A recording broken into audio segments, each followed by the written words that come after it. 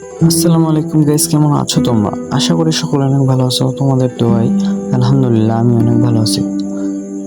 So আজকে তোমাদের মাঝে একটি গল্প নিয়ে উপস্থিত হলাম। বেশি কথা না বলে গল্পে শুরু করা যাক। শহরের কোলাহল একটু কমে এসেছে। ঢাকা বিশ্ববিদ্যালয়ের লাইব্রেরির এক কোণে বসে বই পড়ছিল এক সাধারণ ছেলে, রায়হান। সে গ্রামের ছেলে, পরিবারের অবস্থা তেমন ভালো না। মনের অনেক স্বপ্ন, ভালো কিছু করবে, পরিবারকে গর্বিত করবে। ঠিক তখনই একটা মিষ্টি কণ্ঠ শোনা গেল। মাফ করবেন, আমার কে কি এই বইটা দেওয়া যাবে?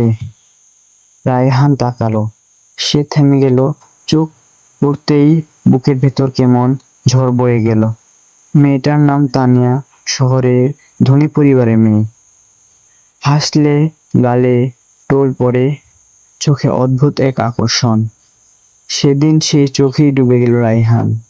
দিন গড়াতে লাগলো, তাদের কথা বাড়তে লাগলো। প্রথমে হালকা হাসি, তারপর আড্ডা, তারপর ফোনে দীর্ঘ আলাপ।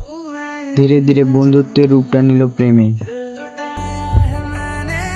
রায়হান, তুমি ছাড়া আমার আর কিছু ভালো লাগে না। তুমি কি আমাকে কখনো ছেড়ে যাবে? রায়হান বলতো, না, কখনোই তোমাকে আমি ছেড়ে যাব না। কিন্তু সে জানতো না এই কথার আড়ালে লুকিয়ে আছে এক বিশাল ধোঁকা।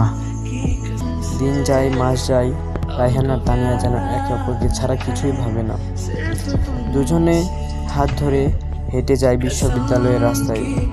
লাল নীল রাস্তার আলোয় ঢাকা ক্যাফেতে বসে ঘন্টার পর ঘন্টা গল্প করে ফেলল। তোমার এত ছেলে ফ্রেন্ড কেন? আর তুমি ওদের সাথে এত ঘোরাফেরা করো কেন?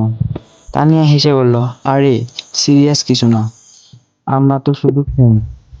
রায়হান আবার বিশ্বাস করে ফেলল, কারণ প্রেমে পড়লে মানুষ অন্ধ হয়ে যায়।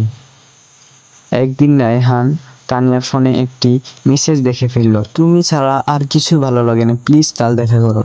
রায়হানের বুক কেঁপে ওঠে, মনে হয় পৃথিবী যেন থেমে গেছে। সে তানিয়ার কাছে জিজ্ঞেস করে, তানিয়া, এগুলো কি মেসেজ দিয়েছো? তানিয়া ঠোঁট বাঁকিয়ে হাসে, আরে রায়হান, তুমি তো একেবারে সন্দেহবাতিক হয়ে গেছো। এটা শুধু একটি ফ্রেন্ডলি চ্যাট। রায়হান চুপ হয়ে যায়, কিন্তু ভেতরে বুকটা তার পুড়ে ছাই হয়ে যায়। তবে তখনও সে বুঝতে পারেনি এটা শুধু শুরু, আসল ধোঁকা তো এখনো বাকি আছে। সো গাইস, তোমরা যারা এই পর্যন্ত গল্পটা শুনেছো, যারা নেক্সট পার্ট চাও, অবশ্যই নেক্সট পার্টের জন্য কমেন্ট করবে।